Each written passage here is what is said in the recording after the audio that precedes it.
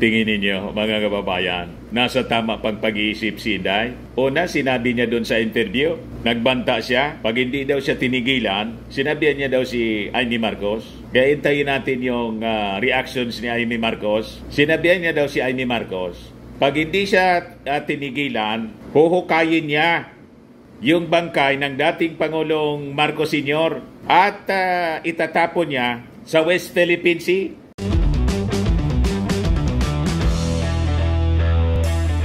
Ito naman po yung bago naming product na binibenta online. Eye Glow Serum, whitening po siya. Tingnan ninyo yung epekto sa aking anak na architect before and now. Yung mga inquiries po ninyo, dumiretso na lang kayo sa kanyang Facebook account, Riz Maravillas. As you know, mga kababayan, nagpa-press con si Inday kanina, mahaba, almost 2 hours. Kaya kinat ko siya, pinagati ko sa dalawa, para hindi masyadong mahaba, mga kababayan. Yung isang video natin, 1 hour na, more than 1 hour. So baka hindi kayo magtiyaga na manood. Diba? Pinolblast na ni Inday po yung paninira sa ating Pangulong. Matindi, mga kababayan. Inaccuse pa yung first family na pinakulam daw siya. Pati doon sa kulam po, naniniwala na si Inday. At dinefend niya uli, mga kababayan, si Pacquiao na sobra yung ginawa doon sa Kingdom of Jesus Christ compound. Kasi tinirgas daw, wala man pong tirgas na ginamit yung PNP, si General Torre. Mga akusasyon man lang, mga kababayan ng mga members ni Pacquiao. But before ko, mga kababayan, i-play sa inyo yung continuation ng press ko ni Inday, click subscribe muna dito sa ating YouTube channel and hit the notification bell para lagi po kayong updated sa mga kaganapan dito sa ating bansa. Like and share na rin po ninyo ng ating video. At wag na rin po ninyo na-skip yung ating mga commercial ads para tuloy-tuloy lang ang pag-unlad ng Bagong Pilipinas. At itong ating programa, mga kababayan, atid sa inyo nitong ating mga sponsors. Firmax Firming and Lifting Cream. Pinapay po sa mga pulses in affected area. Mainam po ito sa mga pains at paninigas ng mga kaso-kasuan. Ito sa mukha naman yung application, anti-aging, Automax po siya. Ito, Eye Glow Serum, mga kababayan. Whitening po siya. Made in South Korea. Ito naman po, Ningxia Red Mixed Fruit Drink. Gawa po siya sa goji berry. May anti-cancer properties po siya. At sa mga nagana po ng malinis and spacious fitness gym, pumunta lang po kayo sa aming Colossal Fitness Gym. May Grab car rental din po kami. At bills payment po sa aming office. At saka sa mga mahilig po sa mga imported bags, manood po kayo sa live selling ni Madam Eileen Rosales sa kanyang Eileen Closet po. Pati mga shoes, ito yung kanya po. Ito yung kanyang page. Kita ninyo, napakagandang mga online selling po siya. Si Madam Eileen Rosales. Cellphone number niya po, 773-798-7816. Balikan natin yung papresko ni Inday kasi kamangha-mangha yung kanyang mga pinagsasabi. Ito siya, mga kababayan. So hindi pa natigil. Doon sa Tamayong, sa barangay Tamayong, sa Davao. Alala niyo? Kinikwento niya yon sa Tamayong. Nila yung mga tao doon. Yung kay Pacquiao. Pinagpok doon sa diversion road ng Davao City. Tinirgas nila yung mga tao doon. Isang tao lang ang hinahanap mo, ha? Bakit mo pukpukin yung 30? Bakit mo itirgas yung 100? Paano nag-surrender yung tao? Diba kinausap lang? Kinausap lang siya. Mag-surrender ka. And then he said, okay, I will surrender. Kinausap lang. Kung nasukol. At yung mga members ni Pacquiao, sumugod sa polis. Nabugbog nga yung mga polis. Napakasinungaling ni Inday. Anong purpose? Anong purpose na i-tear gas mo yung tao for expressing his desperation, his frustration, his anger. Kaya nga po, si Atty. Torion ngayon, pinailan ng kasong sedisyon. Mamaya, ibigay ko po sa inyo. Nag-surrender siya. Nag-surrender kasi nasukol. Kinausap siya. Walang napukpok, walang natirgas, walang nasaktan. And then, kailangan niyo talaga ganunin ang mga tao. And then I said, it's all over. So, upo ako with the table ko sa DepEd at the time. And then sabi ko, sarili ko. Mas kampi siya doon sa Pugante. Pinanindigan na ni Inday. Let's go to hell. Let's go to hell daw.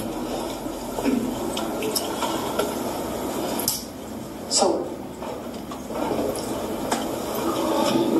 ano bang ginagawa nila?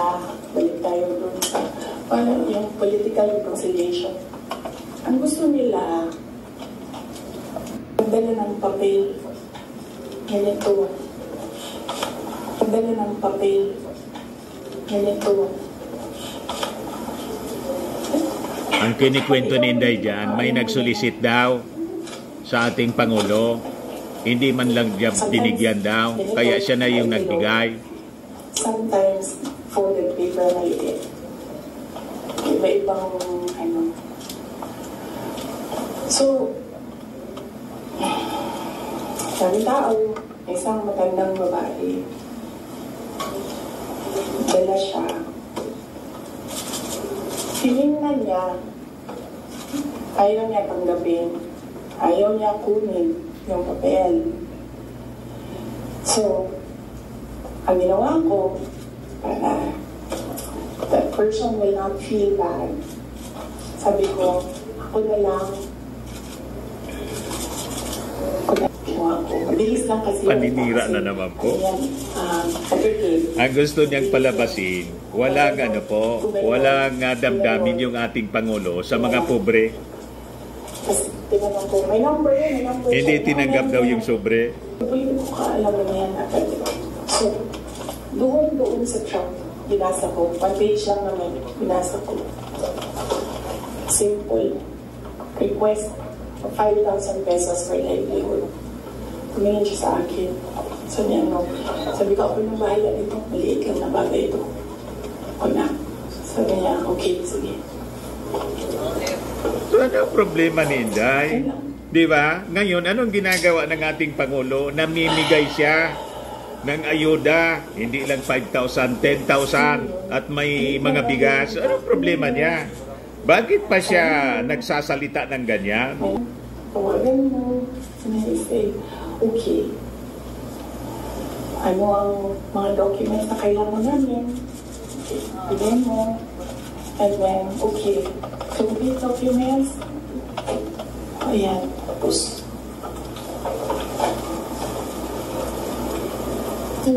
for some people, wala lang yung 5,000. But for other people, 5,000 is everything. Alam mo, merong governor ngayon, hanapin niya siya. Hindi siya nag-BBM. Kasi, siniraan Inday yung ating Pangulo. Ayaw sabihin yung pangalan niya, talaga ikwento. Pinilit namin, ayaw mo mag-BBM. Bakit ayaw mo mag-BBM? Ayaw ko sabihin kung sino yung kasama. Tingin ko, lahat lang ito kwento ni Inday. Hindi ako. Gawa-gawa. Hindi man sinumpaan.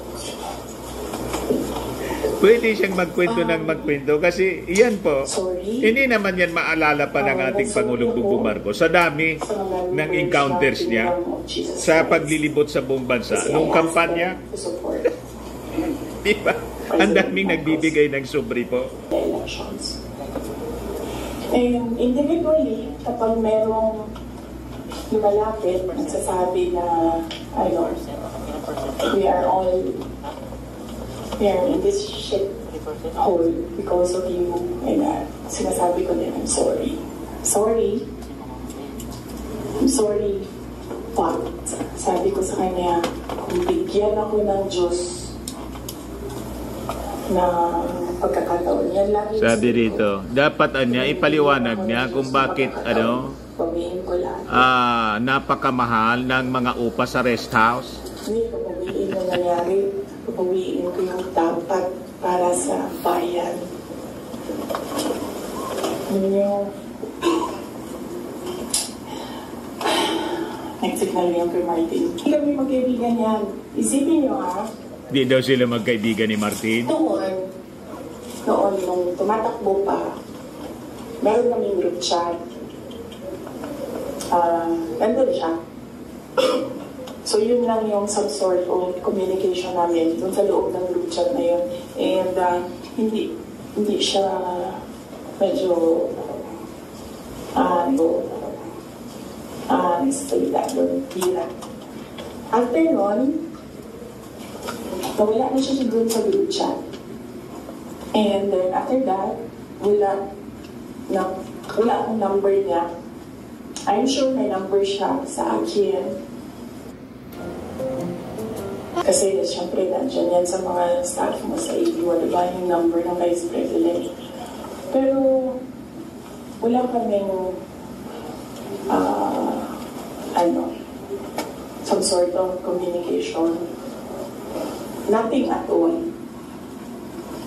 Except nung magkasama kami para mga banya. Yan lang.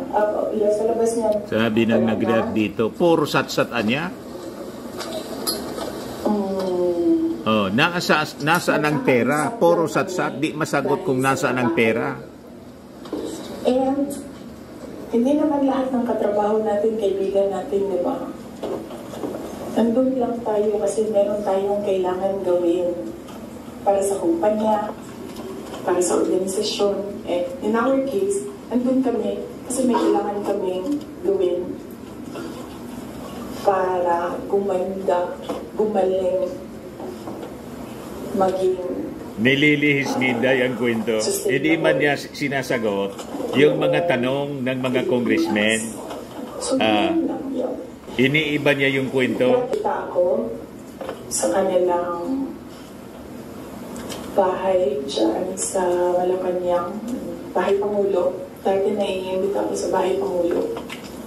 Pero I was just tolerated. Kasi may gamit naman ako. Alam mo yun, I'm useful to them. So I was just tolerated. And alam ko naman yun. But wala naman problema sa akin yun. So as long as I can do my job sa DepEd, tsaka sa Office of the Vice President, mabigay ko lang yung promise ko, tatapulong ako, promise ko sa bayan. Magawa ko lang yung kailangan gawin para sa education sector. Walang problema. You can tolerate me all you want. Sabi ng isa dito, nonsense, mga tanong samot, mga tanong samot na mga sagot, puro winto. Lisa Marcos is another story. Unahin muna natin si Martin Romualdez. Another story daw si Lisa Marcos. Unahin daw si Martin. Sabi ko, sabihan niyo sila, huwag nila bunggitin yung pangalan ko.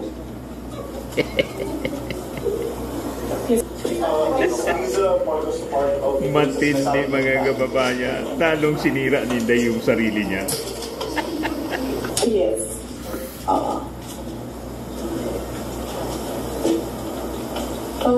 Anong purpose ni Inday Sara? Ang magagawa ko sa bayan, I will call bullshit as it comes. Yan ang magagawa ko para sa inyo. Kung bullshit siya, sasabihin ko ng bullshit talaga. And, yes, as I said, huwag kayo mag-alala sa akin. Hindi ko kailangan ng pera. Kaya hindi ako magdadala sa pera. Di daw niya kailangan ng pera. Yung confidential funds nga po. Sa buhay ko, Nang tanggalin sa kanya kasi hindi niya maipaliwanag eh. So kahit man Ayun. meron na Galit na galit. 500 billion sa likod ko, hindi pa rin mabibili yung gusto ko. So hindi ko siya kailangan. And hindi ako takot. That's why I said, you can drag me to hell. You can drag me to hell daw. Wala akong problema sa akin yan. Si Martin ba? Bibiray niya si Martin.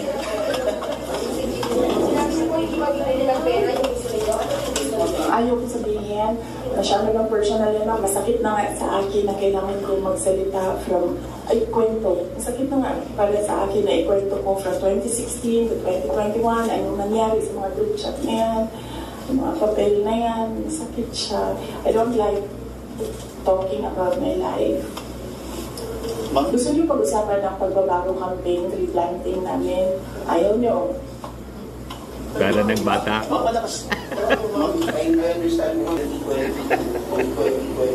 kasama kayo lagi ng mga events ni EDF. So, yes. Why?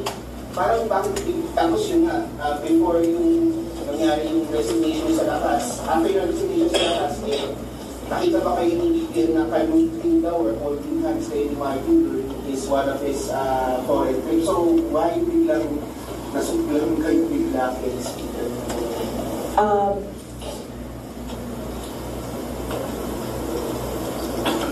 That the time na-ambush niya ako ni Martin. Tingnan mo yung footage. Di ba naman ganyan yung kamay ko? Kasi hinihila ko yung kamay ko. Hindi ko naman siya mahila pag ganyan, diba? Nilalagyan ko ng force kasi hinihila ko. Nihila din niya. So, naisip ko, okay, fine. Huwag na natin bigyan ng sakit ng ulo ang presidente kasi ang dami niyang kailangan gawin para sa bayan. Apparently, wala. Pero, at the time, huwag na natin, as for me, sabi ko, okay, sige. Ayoko maging headache sa ibang tao. Ayoko maging pabigat sa ibang tao. Ayoko na maabala ang ibang tao dahil sa akin. So, at the time, although hinihila ko yung half-hearted din yun na ginagawa niya. So, okay. Sige. May red flag din yan si Martin eh. Magkatabi kami yan sa airplane nung kampanya. May sinabi ako sa kanya, may sagot siya sa akin. Pero yes, imagine niyo, meron tayong speaker na on record, on paper, in another country, na tumanggap ng suhol. Ayan. So what for what? Bakit niya elaborate lang po yung speaker on record ng mga Kailan ba yung speaker party? Kailan yung Martin Romualdez part? After November? After opening ng house, yes. Let's talk about the confidential funds that we're hearing ng house regarding po sa Matindi. and the OBP's confidential funds. Umiga na siya. Yes, as I said, antayin natin yung next hearing ng house. Good governance. Masyado pa kasi yung masyadong maaga sagutin sila. Wala yung malabas eh. Gusto ko lumabas so that pwede magsalita. Wala. Kahapon, wala naman. Although it is for questioning about Yes. Ang posisyon ko dyan, sa DepEd, hindi na ako nakikipag-usap sa kanila doon. Sabi ko, okay na bahala kung gusto nyo gawin dyan. Pero dito sa Office of the Vice President, sinasabihan ko yung mga tao na kapangalan, kung ano yung gusto mong gawin, yun ang susuportahan ko. Kung ayaw mo umaten, susuportahan kita. Kung gusto mo umaten, susuportahan kita. Hindi ko pipilitin kung ano yung dapat mong gawin. Mag-decide ka, and then kung ano yung path decide on the path that you will take, I will support you on that.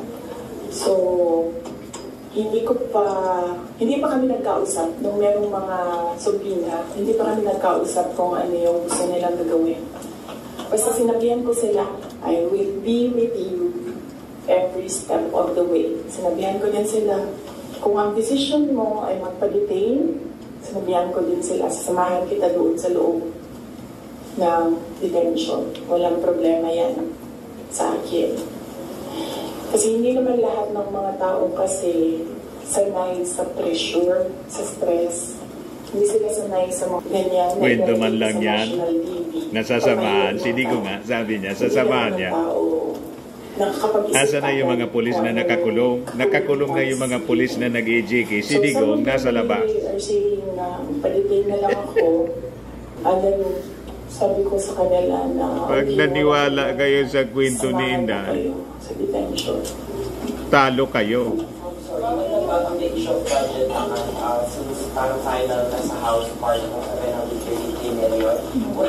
What would that mean for the OPP satellite officer? Would that mean like total shutdown of 10 satellite officer? Inaantay namin yung gap. So, pag nandiyan na yung General Appropriations Act, alam na namin kung ano, ilan.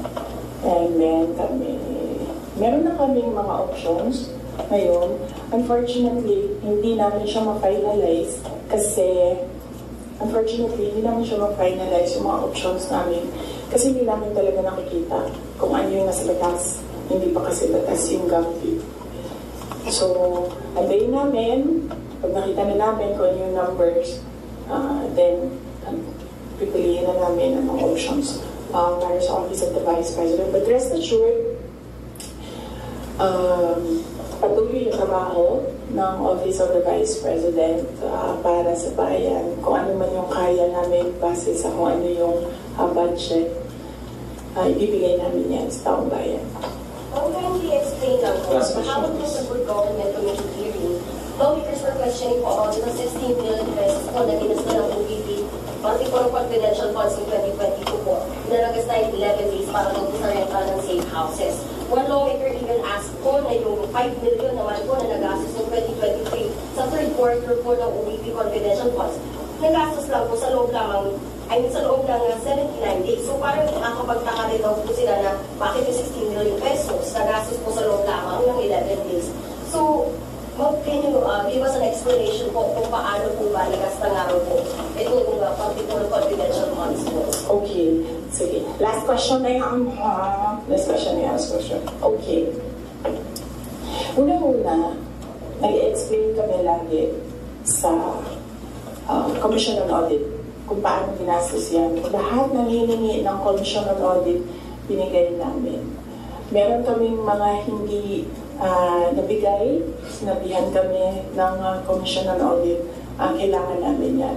So, we fully cooperated and participated and submitted to the Commission on Audit with regard to the confidential funds. Alam niyo, kapag tataka sa gobyerno, ang daming ang problema na na-discover. Kami doon sa DepEd noon, kami billions in one day para maglabas ng pera. So, hindi makakapagtataka ang 5 million, 10 million in a day. Pero lang yan. Tapos lalabas na yung pera. Ibabayad na yan kung saan yan ibabayad. And then, babalik na yung documents. Saan nga binayad? Kasi problematic yung yung records. Kulang-kulang yung detalye. Para sa mga niya. And sometimes, it's not millions. Tapos, yung renta, ang napakamahal, 45,000 per day sa sa safe house. Yung iba, 250, as high as 250,000. Mas mahal pa kaysa sa Boracay. Ang pinakamahal doon na luxury, 25,000 lang per night. Kaya ako hindi sumasagot sa kanila kasi ang ginagawa nila, sila na yung nag-audit. Hindi naman yan tinanong ng Commission on Audit ang hiningi lang ng Commission on Audit, ano yung documents para sa mga expenditures. Detective so, po, yung document. And in fact, nakikita nila yun. Kasi, Pati yung certification. Kasi sinubing na nila lahat ng documents. The thing with the hearing is kung makikita mo, Nilaglag na po kayo ng mga armed forces of the Philippines officials. Hindi man ginamit yung confidentials po ninyo. Confidential fund, pero naka-charge doon. Ang ginamit yung pondo daw nila. Kontrahin siya. At yung mga LGUs, yung ginamit. Walang tamang sagot sila tatanggapin. Kahit yung COA na mismo ang nagsabi kung ano yung trabaho niya, hindi nila tinatanggap na sagot. Kasi bakit ba?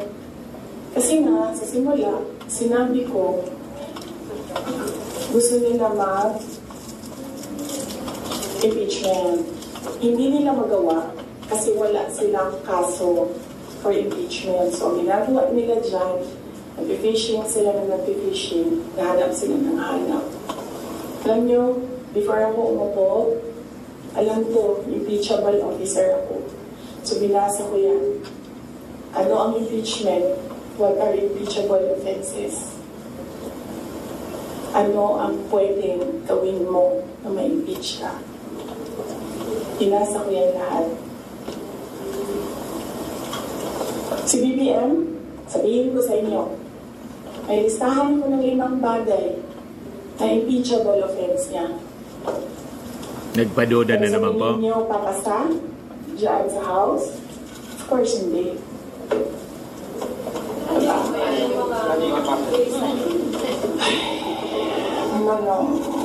Last question. Para nagbata po. Grabe ang energy ninyo. O ano yung mga impeachable offense ng ating Pangulo na sinasabi mong 5? Di sabihin mo. Nagpaduda na naman po si Day. Kaya ako sinasabi kanina, antayin natin yung next hearing. Kasi hindi pa siya enough eh. Ang gusto nila kasi palabasin sa mga tao, yung envelope na yan, galing sa, yung pera na yan, galing sa confidential funds. Yan yung gusto nilang i-portray sa public. Para yung perception ng tao, hindi talaga ginamit para sa ano. Pero kasi, para sa akin, kulang pa siya. So, inaantay ko yung next hearing. Pero bago ko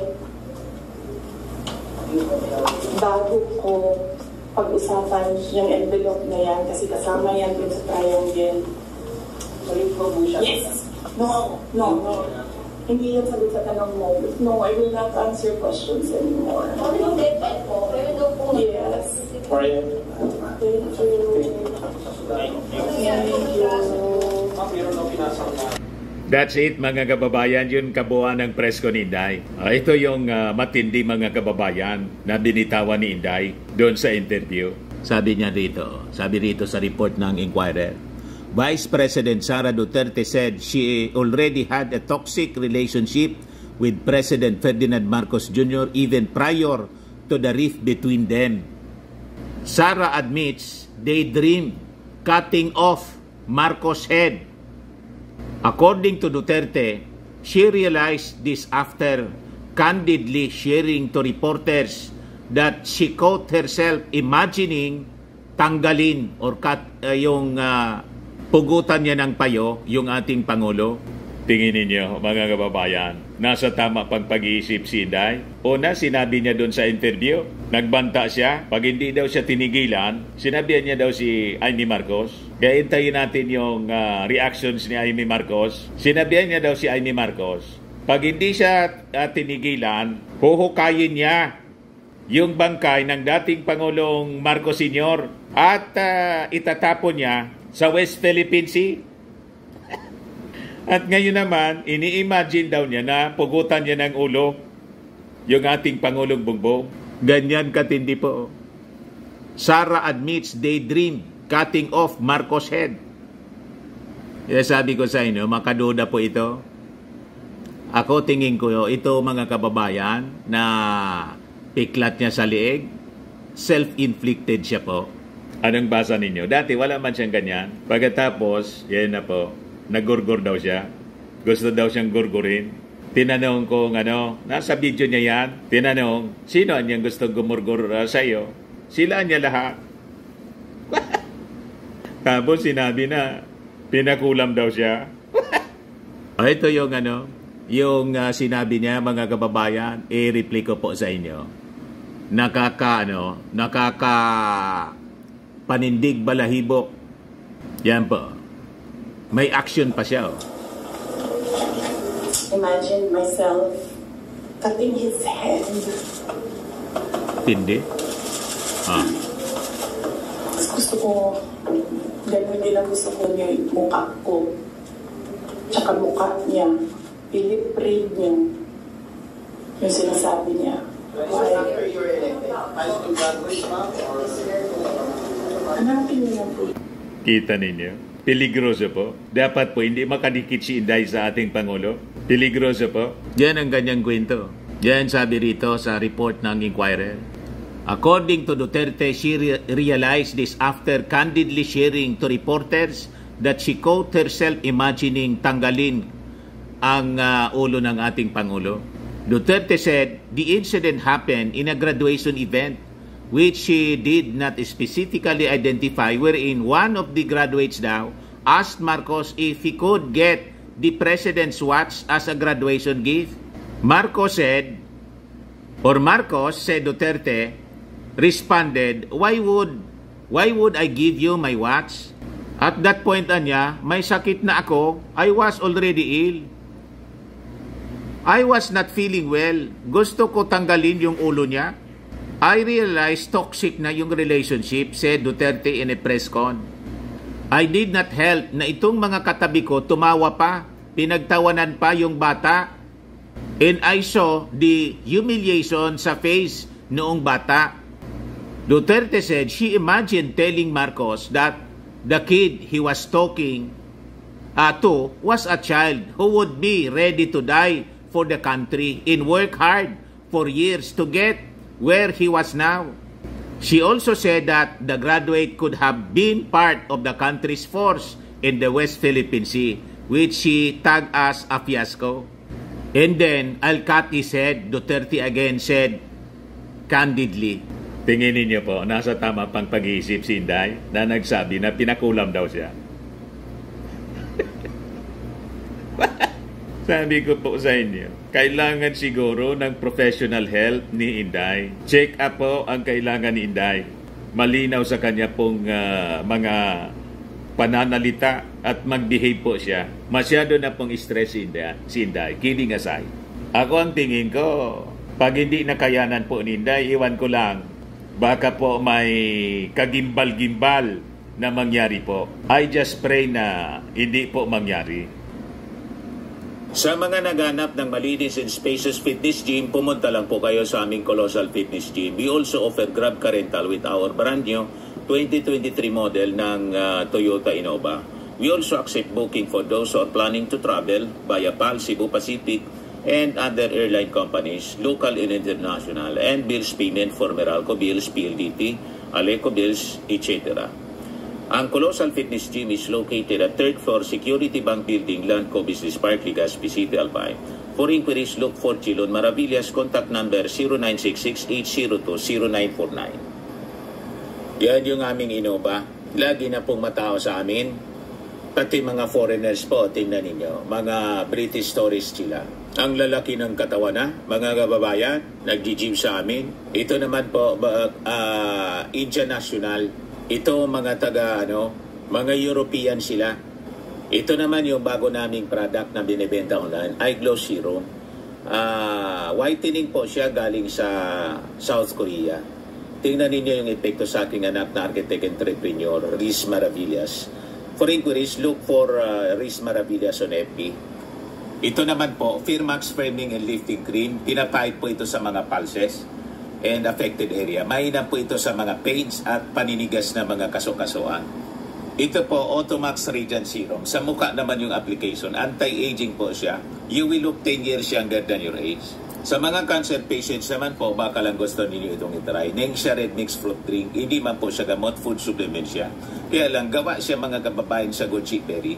Yung goji berry may anti-cancer properties. Yung mga inquiries ninyo, dumiretso na lang kayo sa aming messenger sa Facebook para masagot namin agad. Ayos po, ako po si Dante Maravillas. Bye-bye, God bless.